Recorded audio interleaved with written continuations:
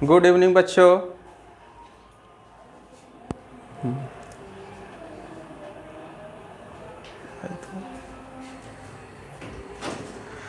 पिछला क्लास में जो है हम लोग क्लासिफिकेशन ऑफ मैटर देख रहे थे, तो फिजिकल क्लासिफिकेशन देख लिए थे। फिजिकल क्लासिफिकेशन देख रहे थे, ठीक ना। तो उसमें जो है हम लोग सॉलिड लिक्विड के बारे में देख लिए थे। अब जो नेक्स्ट देखना है गैस के बारे में देखना है, ठीक है। तो हेडिंग दीजिए आप लोग गैस।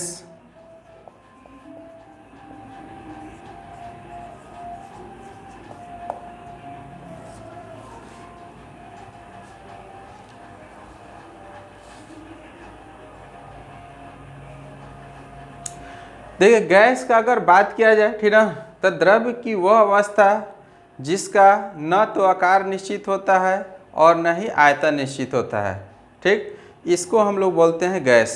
क्या बोला जाता है? गैस, ठीक ना। यानी गैस का न तो आकार निश्चित होता है और न ही क्या होता है, आयतन निश्चित होता है, ठीक। तो अब देखिए यानी गैस का आकार और आयतन क्यों निश्चित नहीं होता है, ठीक है।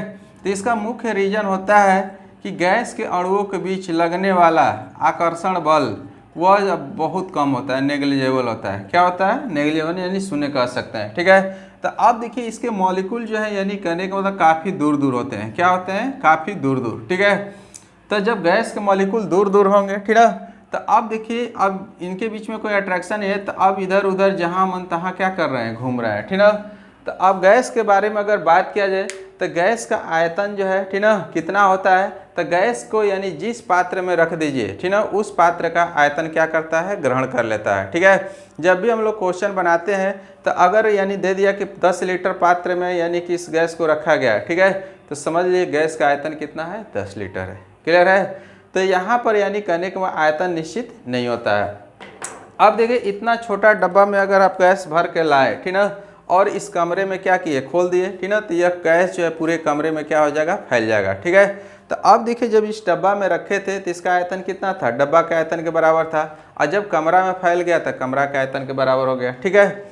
और इसके बाद इसका शेप का अगर बात किया जाए, ठीक ना, तो यह जिस पात्र में रखा जाता है यह गैस उसी पात्र का आकृति क्या करता है, ग्रहण कर लेता है, ठीक है। आप लोग देखे होंगे तरह तरह का आपका बैलून, ठीक ना, कोई यानी सिलेंड्रिकल होता है, कोई स्फेरिकल होता है, कोई डिजाइन में होता है, तरह तरह का, ठीक ना। तो उसमें क्या होता है, गैस भरा जाता है। तो अब गैस का आकार कैसा है, यानी बैलून के आकार का हो गया। तो यानी गैस का आकार का अगर बात किया जाए तो जिस यानी कि पात्र में रखा जाता है उसी का वह क्या करता है, ग्रहण कर लेता है। क्लियर हो गया? अब देखिए यहाँ पर अगर बात किया जाए नेक्स्ट, ठीक ना, कैरेक्टरिस्टिक ऑफ गैस का अगर बात किया जाए, गैस के विलक्षण, ठीक ना, तो पहला चीज यानी कहने का मतलब गैस का आकार और आयतन दोनों निश्चित नहीं होता है, ठीक है।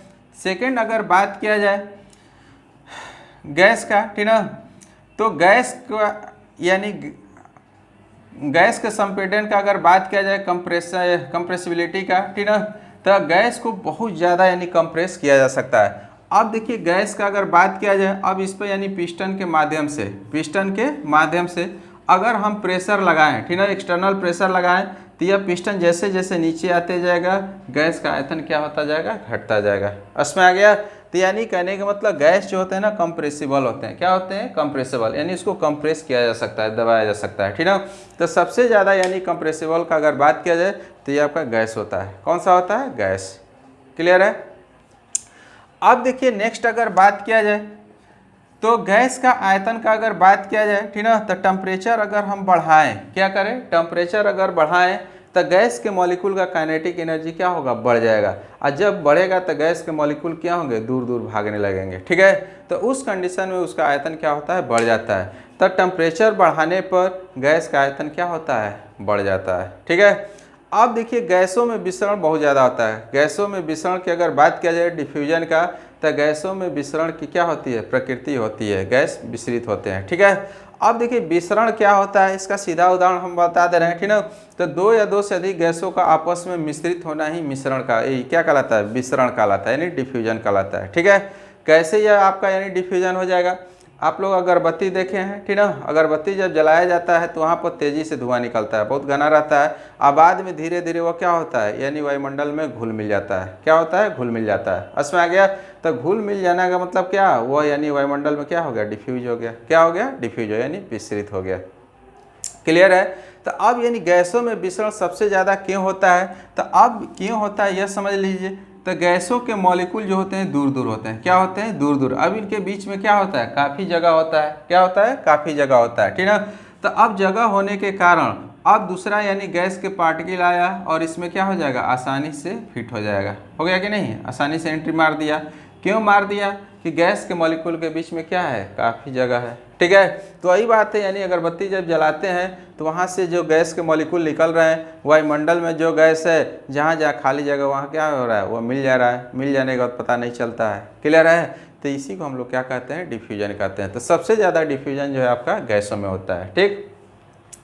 अब देखिए नेक्स्ट अगर बात किया जाए गैस का घनत्व, ठीक ना, गैस का डेंसिटी, यह आपका टेम्परेचर और प्रेशर पर डिपेंड करता है, ठीक है। अगर टेम्परेचर बढ़ाएंगे, ठीक ना, यानी कहने का मतलब डेंसिटी का फार्मूला होता है PM/, ठीक ना। अब यानी डेंसिटी की अगर बात किया जाए तो टेम्परेचर अगर हम बढ़ाते हैं तो गैस का घनत्व क्या होता है, घटता है। यह फार्मूला आप लोग को आगे आएगा जब स्टेट ऑफ मैटर पढ़ेंगे ना, तो उस समय आएगा। तो आपको हम बता दें कि टेम्परेचर अगर बढ़ाइएगा तो गैस का डेंसिटी क्या होगा, कम होगा। कम क्यों होगा, क्योंकि गैस के मॉलिक्यूल दूर दूर जाने लगेंगे। क्लियर है। तो यानी कि गैस का घनत्व जो होता है टेम्परेचर और प्रेशर पर भी डिपेंड करता है, ठीक ना। अब देखिए प्रेशर का अगर बात किया जाए, प्रेशर अगर हम बढ़ाएंगे तो गैस के मॉलिक्यूल क्या होंगे, पास पास आएंगे। जब पास पास आएंगे तो उसका डेंसिटी क्या होगा, बढ़ जाएगा। क्या हो जाएगा, बढ़ जाएगा, ठीक है। तो यह ध्यान देना है कि गैस का घनत्व जो होता है डेंसिटी, यानी गैस का घनत्व जो होता है वह टेम्परेचर और प्रेशर पर क्या होता है, निर्भर करता है। क्या करता है, निर्भर करता है। कोई दिक्कत। चलिए देखें। अब देखिए एक चीज़ और आप लोग याद रखिएगा, जो कि आगे हम लोग मूल कॉन्सेप्ट में पढ़ेंगे, ठीक ना। कोई भी गैस है दुनिया का, ठीक ना, अगर STP पर है, किस पर है, STP पर है, ठीक ना। तो STP पर है तो 1 मोल अगर गैस है, ठीक ना, 1 मोल गैस है, ठीक ना, तो उसका वॉल्यूम जो होता है 22.4 लीटर। बहुत इंपॉर्टेंट कंसेप्ट है यह जो है आप लोग को दिमाग में एकदम रखना होगा, ठीक ना। वह आपका नाइट्रोजन गैस हो, ऑक्सीजन गैस हो, हाइड्रोजन गैस हो, हीलियम गैस हो, CO2 गैस हो, SO2 गैस हो, कोई भी गैस हो, अगर वह STP पर है तो समझिए कि 1 मोल अगर गैस है तो उसका वॉल्यूम जो होता है 22.4 लीटर होता है, ठीक है। अब सवाल उठ रहा है कि STP क्या होता है। तो STP का मतलब होता है स्टैंडर्ड टेम्परेचर प्रेशर, ठीक ना। तो स्टैंडर्ड टेम्परेचर का अगर हम बात करें तो स्टैंडर्ड टेम्परेचर जो होता है 0 डिग्री सेल्सियस होता है। कितना होता है, 0 डिग्री सेल्सियस। और प्रेशर जो होता है ना, स्टैंडर्ड प्रेशर 1 atm होता है। कितना होता है, 1 atm, ठीक ना। तो यदि STP पर है, यानी temperature 0 degree Celsius, pressure 1 atm पर है, कोई गैस है, ठीक ना, तो उसका वॉल्यूम जो होगा 1 मोल गैस का आयतन जो होगा 22.4 लीटर होगा, ठीक है। तो इतना सारा चीज़ आप लोग समझ गए। अब गैस के बारे में लिख लीजिए, फास्ट लिखे था। द्रव्य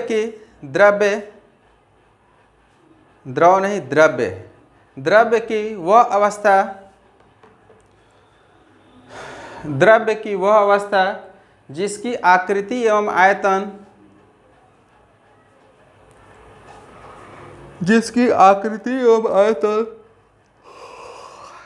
दोनों निश्चित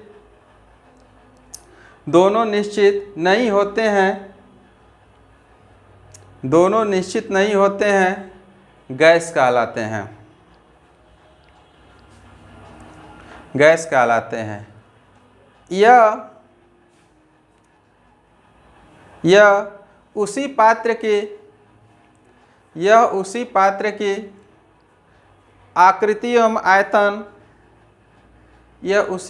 की आकृति एवं आयतन ग्रहण कर लेते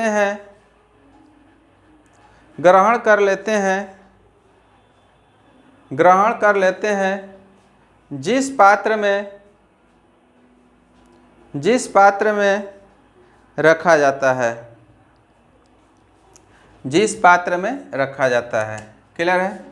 अब देखिए एग्जाम्पल में लिख लीजिए, एयर, CO2, N2, O2, यानी एयर हो गया, कार्बन डाइऑक्साइड हो गया, नाइट्रोजन हो गया, ऑक्सीजन हो गया। यह सब क्या है? गैस हैं। क्या है? गैस हैं। क्लियर है? चलिए अब नेक्स्ट हेडिंग दीजिए, गैस के अभिलक्षण, कैरेक्टरिस्टिक ऑफ गैसेज।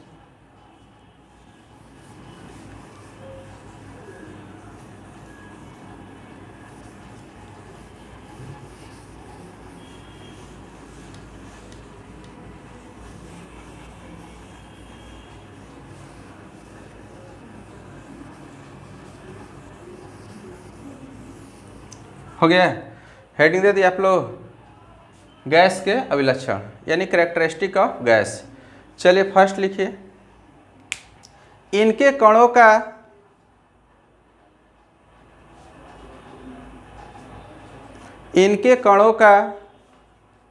कोई क्रम,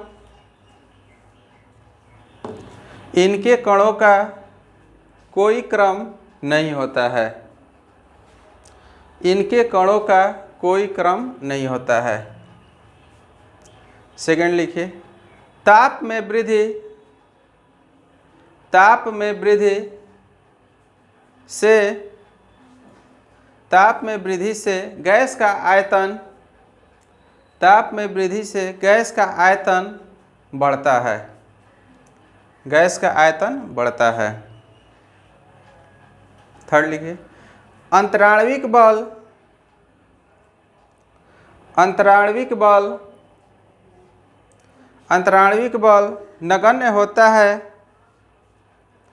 नगण्य होता है जिससे अणु स्वतंत्र होते हैं।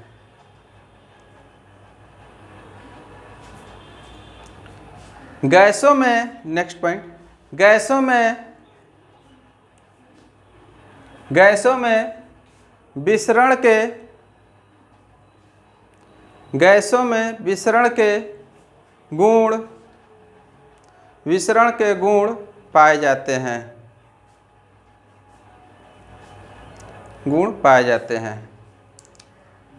एसटीपी पर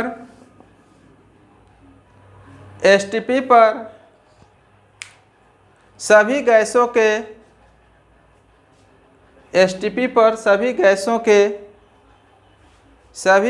के एक मोल का आयतन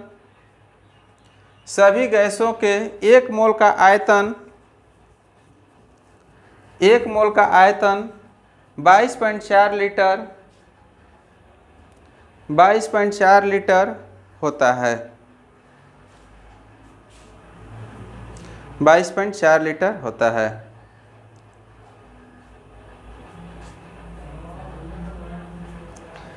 नेक्स्ट लिखिए, गैस का घनत्व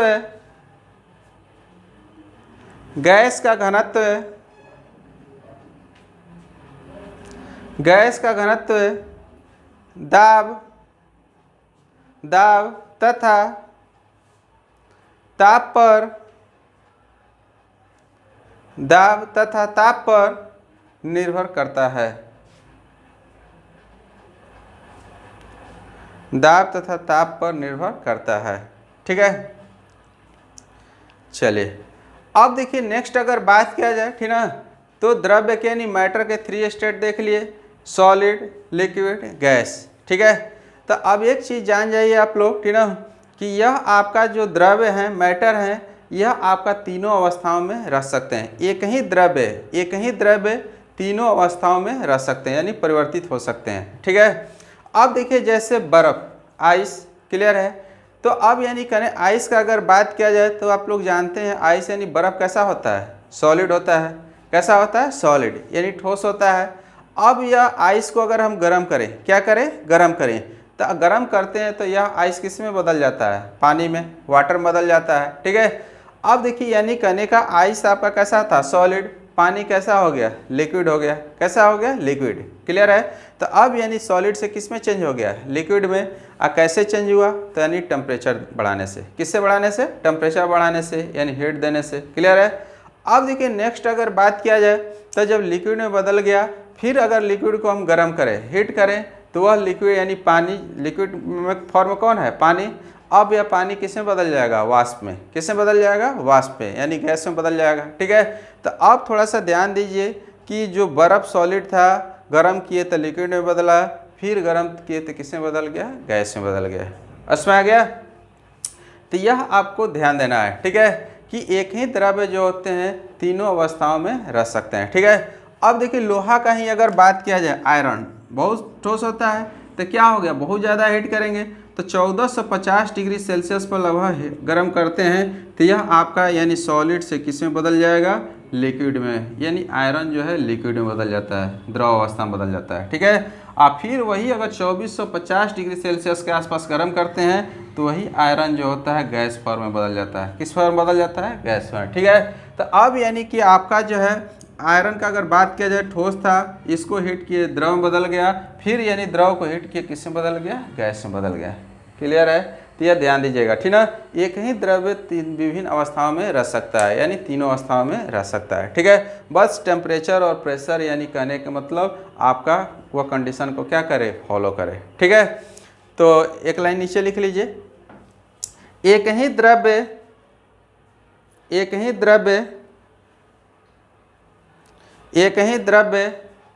विभिन्न अवस्थाओं में, एक ही द्रव्य विभिन्न अवस्थाओं में,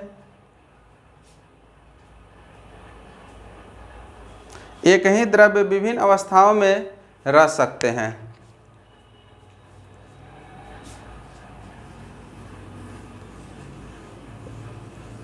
विभिन्न अवस्थाओं में रह सकते हैं। ठीक है, चले देखें, आप जैसे यानी ठोस है,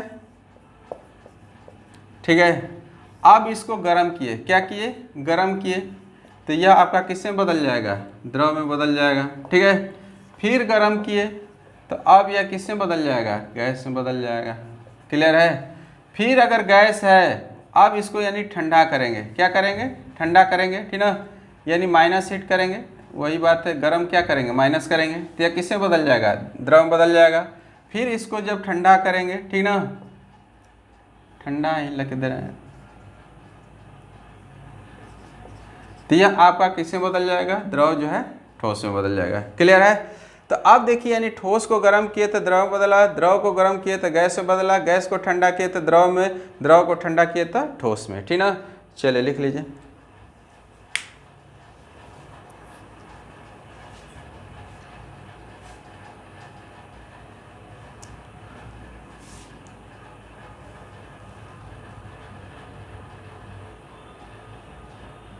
इसको लिख लो।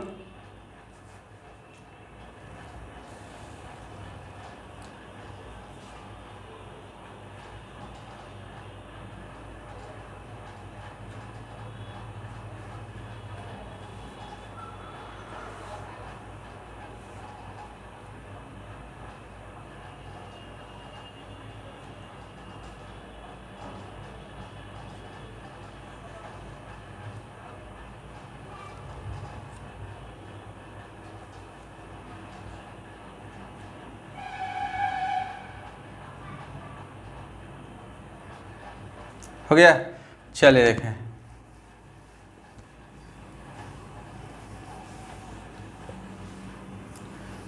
अब जो है नेक्स्ट अगर बात किया जाए, ठीक ना, जैसे आपका सॉलिड है यानी ठोस है, तो ठोस को जब गर्म करते हैं तो किस में बदलता है, द्रव में।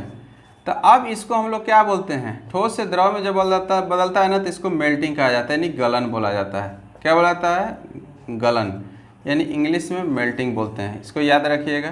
ठीक है, अब वही अगर द्रव यानी गैस में बदल रहा है, किससे बदल रहा है, गैस में, तो इसको जो है ना वेपराइजेशन कहते हैं, यानी वाष्पीकरण। क्या कहा जाता है, वाष्पीकरण, वेपराइजेशन हो गया। चलिए देखें, अब देखिए नेक्स्ट अगर बात किया जाए, ठोस अगर डायरेक्ट गैस में बदले, क्या हो, ठोस यदि डायरेक्ट गैस में बदलता है ना, तो इसको जो है ऊर्ध्वापातन कहते हैं। क्या कहते हैं, ऊर्ध्वापातन। इसको इंग्लिश में सब्लिमेशन कहा जाता है। क्या कहा जाता है, सब्लिमेशन। अब देखिए गैस अगर कंडेंस होकर, ठीक ना, यानी कहने गैस ठंडा होकर द्रव में बदले, तो इसको संघनन कहा जाता है। क्या कहा जाता है? संघनन। और इसको अंग्रेजी में कंडेंसेशन कहते हैं। क्या कहते हैं? कंडेंसेशन। क्लियर है? अब यदि द्रव, ठीक ना, द्रव का अगर बात किया जाए तो आपका द्रव जो है ठोस में जब बदलता है तो इसको फ्रीजिंग बोलते हैं। क्या बोलते हैं? फ्रीजिंग, यानी जमना बोला जाता है। ठीक है, जम रहा है, फ्रीजिंग। ठीक है, अब यही यदि गैस आपका किस में बदल जाए, डायरेक्ट ठोस में बदल जाए, ठीक ना, तो इसको ठोसीकरण कहा जाता है, यानी सॉल्डिफिकेशन।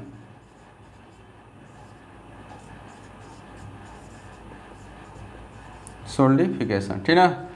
चलिए देखें, तो यहाँ ध्यान दीजिए, यानी जैसे आइस है, मेल्ट हुआ, गला, द्रव में बदला, फिर वेपराइज हुआ, किस में बदल गया? गैस में। फिर गैस जो होते हैं, यानी जो वेपर है वो कंडेंस होगा, आपस में संघनित हुआ, किससे बदल गया? द्रव में। द्रव फिर ठंडा हुआ, जमकर किससे बदल गया? ठोस में। अब देखिए जैसे कपूर, कपूर का अगर बात किया, जब गर्म करेंगे ना तो कपूर जो है लिक्विड में नहीं बदलता है, यानी सब्लिमेशन का मतलब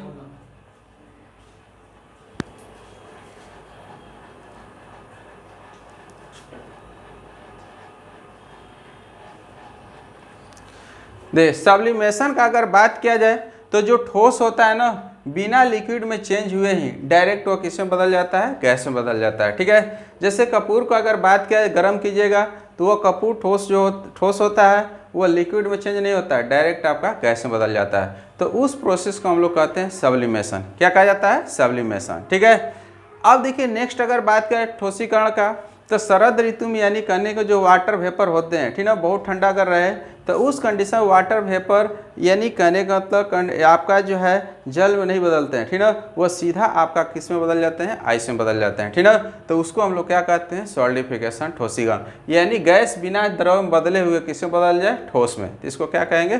ठोसीकरण। क्लियर है? तो इसको लिख लीजिएगा और इस स्टेप को बहुत बढ़िया से याद रखिएगा। ठीक ना, चलिए लिख लीजिए।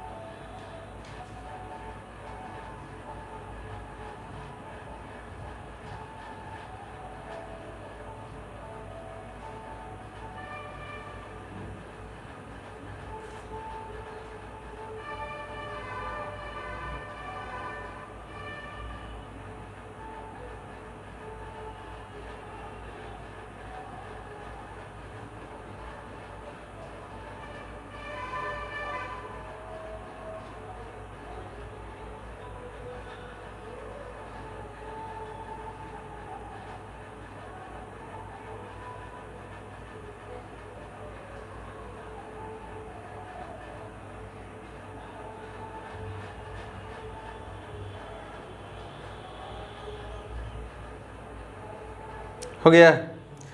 चलिए अब जो है नेक्स्ट हम लोग को देखना है केमिकल क्लासिफिकेशन। क्या देखना है? यह आपका फिजिकल क्लासिफिकेशन था, ठीक है।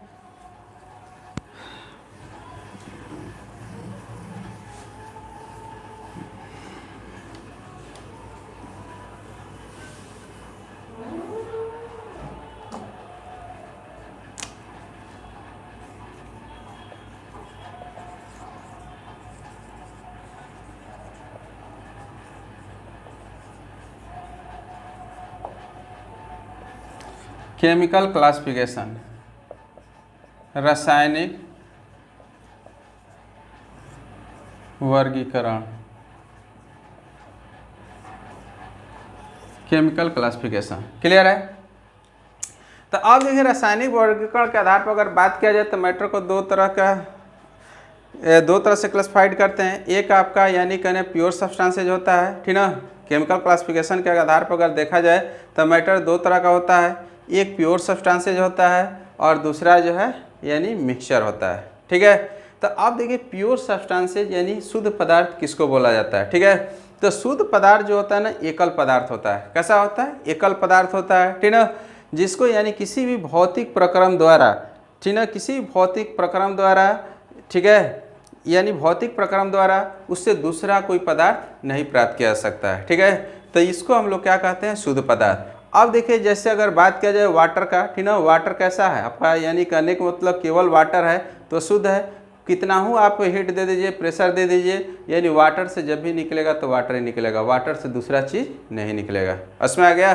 तो अब यानी शुद्ध पदार्थ जो होता है किसी भी फिजिकल प्रोसेस द्वारा, ठीक ना, किसी अन्य प्रकार के पदार्थों में परिवर्तित नहीं किया जा सकता है, ठीक ना। इसको हम लोग क्या कहते हैं? यानी शुद्ध पदार्थ कहा जाता है, ठीक है। तो अब देखिए शुद्ध पदार्थ आपका दो तरह का होता है। एक आपका जो है यानी कि कौन सा? तत्व, और दूसरा कंपाउंड। ये दोनों जो होते हैं ना शुद्ध होते हैं, ठीक है। तत्व का भी अगर बात किया जाए, अगर आयरन का छड़ है, लोहा का छड़ है, आप कुछ भी कर लीजिए वह आयरन के छड़ से आयरन ही निकलेगा, सोना नहीं निकलेगा। इसमें आ गया, ठीक है। तो इसको हम लोग क्या कहेंगे? शुद्ध पदार्थ कहेंगे। क्या कहेंगे? शुद्ध पदार्थ। तो शुद्ध पदार्थ जो होता है ना एकल पदार्थ होता है। क्या होता है? एकल पदार्थ, उसमें कोई दूसरा पदार्थ नहीं मिला रहता है, ठीक है। तो लिख लीजिए प्योर केमिकल क्लासिफिकेशन में पहला हम लोग देखेंगे प्योर सब्सटेंसेज, शुद्ध पदार्थ।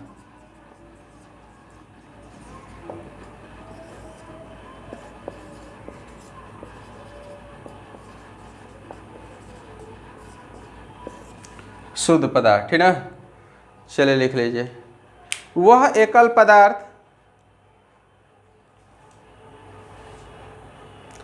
वह एकल पदार्थ जिसे किसी भी भौतिक प्रक्रम द्वारा, वह एकल पदार्थ जिसे किसी भी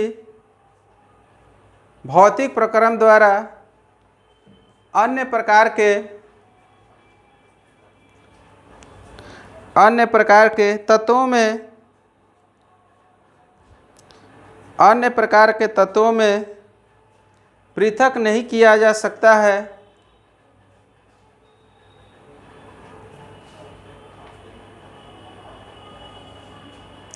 पृथक नहीं किया जा सकता है, शुद्ध पदार्थ कहलाते हैं,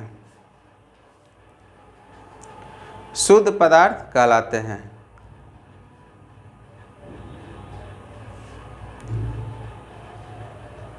अब ये शुद्ध पदार्थ जो होते हैं दो तरह के होते हैं, एक आपका तत्व होता है, दूसरा जो होता है ना यौगिक होता है, ठीक है।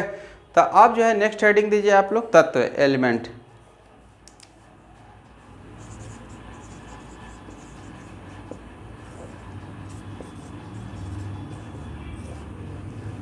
एलिमेंट तत्व, ठीक है।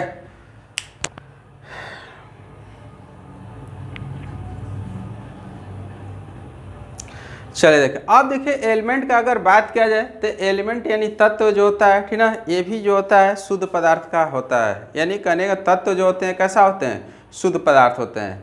एलिमेंट का अगर बात किया जाए तो कैसा होता है? प्योर सॉलिड, ठीक ना। तो एलिमेंट का अगर बात किया जाए तो एलिमेंट को, ठीक ना, किसी भी भौतिक या रासायनिक विधियों द्वारा, ठीक ना, पृथक नहीं किया जा सकता है, अन्य तत्वों में पृथक नहीं किया जा सकता है, और न ही ये सरल पदार्थों द्वारा बनाया जा सकता है। क्लियर है? एलिमेंट का अगर बात किया जाए, जैसे यह आपका लोहा का छड़ है, लोहा का छड़ है, कोई भी फिजिकल और केमिकल यानी प्रोसेस लगा दीजिए तो अब लोहा से आप जो है इससे सोना नहीं प्राप्त कर सकते हैं और ना सोना से लोहा बना सकते हैं। उसमें आ गया। तो तत्व जो होता है शुद्ध पदार्थ होता है। कैसा होता है? शुद्ध पदार्थ होता है, ठीक है, जिसको किसी भौतिक या रासायनिक प्रक्रम द्वारा, ठीक ना, किसी भी सरल सब्सटेंसेस द्वारा न तो बनाया सकता है और न सरल पदार्थों में इसको पृथक किया जा सकता है, ठीक है। यह आपका तत्व कहलाता है। अब देखिए नेक्स्ट अगर बात किया जाए मॉडर्न डिफिनीशन का, तो तत्व का यानी से आधुनिक परिभाषा में इसको ऐसे बोल सकते हैं, ठीक ना, कि तत्व जो होते हैं एक ही प्रकार के परमाणु से क्या होते हैं? बने होते हैं, ठीक है, एक ही प्रकार के परमाणु से बने होते हैं। जैसे अगर बात किया जाए तो आपका जैसे यह आपका सोना का रड है, क्या है? सोना का रड है, ठीक ना, तो इसमें जो भी एटम होगा किसका होगा? सिर्फ गोल्ड का होगा यानी सोना का होगा। इसमें आ गया। जितने भी इसमें परमाणु होंगे सब के सब क्या होगा? सोना का होगा। इसमें आ गया।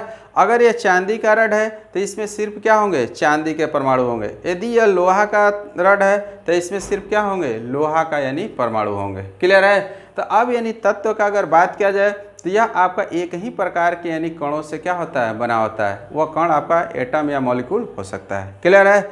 यह ध्यान देना है। तो इसको लिख लीजिए आप लोग। पहले तत्व का डिफिनीशन लिखिए। किसी पदार्थ का वह शुद्धतम रूप, किसी पदार्थ का वह शुद्धतम रूप जिसे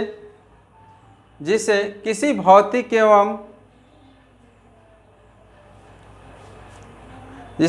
भौतिक एवं रासायनिक विधियों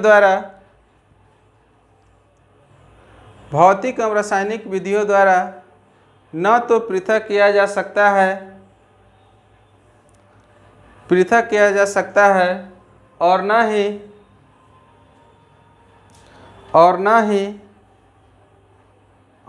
ही इसे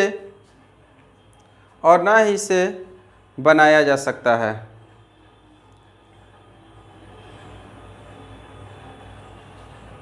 और न ही इसे बनाया जा सकता है, तत्व कहलाते हैं।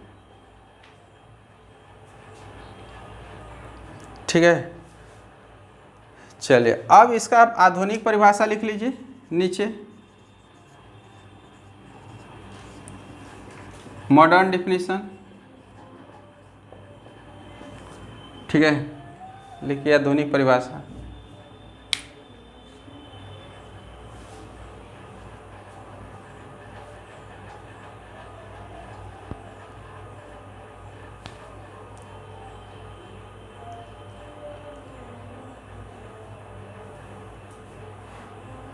लिखे वे शुद्धतम पदार्थ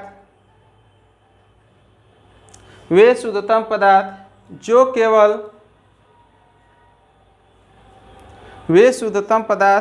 केवल एक ही प्रकार के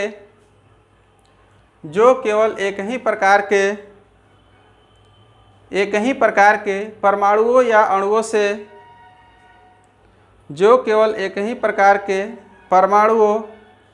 अणुओं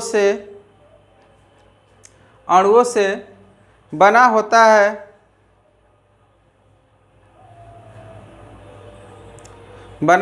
है तत्व कहलाता है।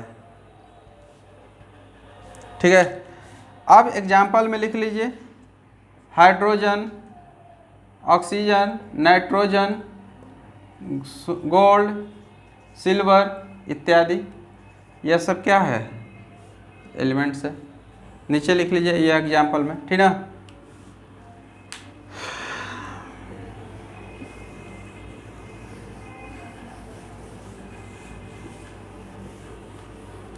अब देखिए नेक्स्ट अगर बात किया जाए, ठीक ना, तो अब तक जो है ना 118 तत्वों का खोज हो चुका है। कितने तत्वों का खोज हो चुका है? 118, ठीक है, जिसमें से यानी 94 जो होते हैं ना नेचुरल हैं। कैसा है? नेचुरल, प्राकृतिक है। तो यह आपका यानी एलिमेंट्स का अगर बात किया जाए तो अब तक जो है 118 तत्वों का खोज हो चुका है, जिसमें आपका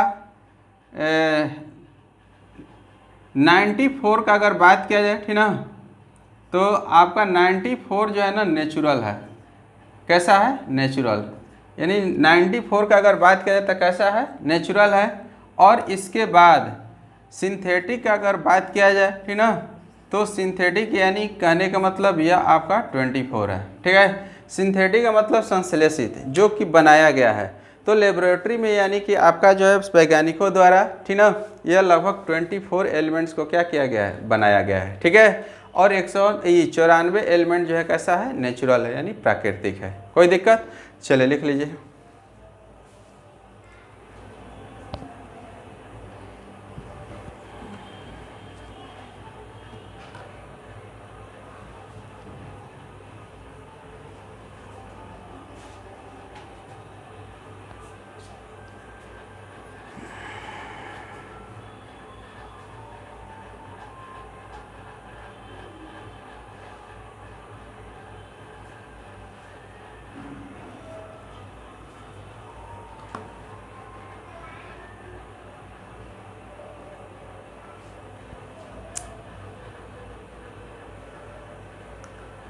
हो गया। अब इसके बाद तत्वों को वर्गीकृत करना है। तत्वों को 3 प्रकारों में वर्गीकृत किया जाता है, यानी धातु, अधातु और उपधातु, ठीक है। तो लिखिए नीचे स्टार देके, तत्वों को 3 प्रकारों में, तत्वों को 3 प्रकारों में वर्गीकृत, 3 प्रकारों में वर्गीकृत किया जाता है।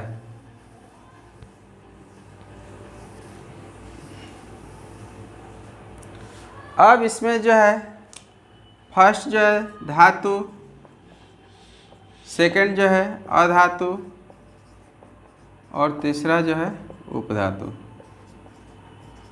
ठीक है। लिख लीजिए धातु, अधातु और उपधातु।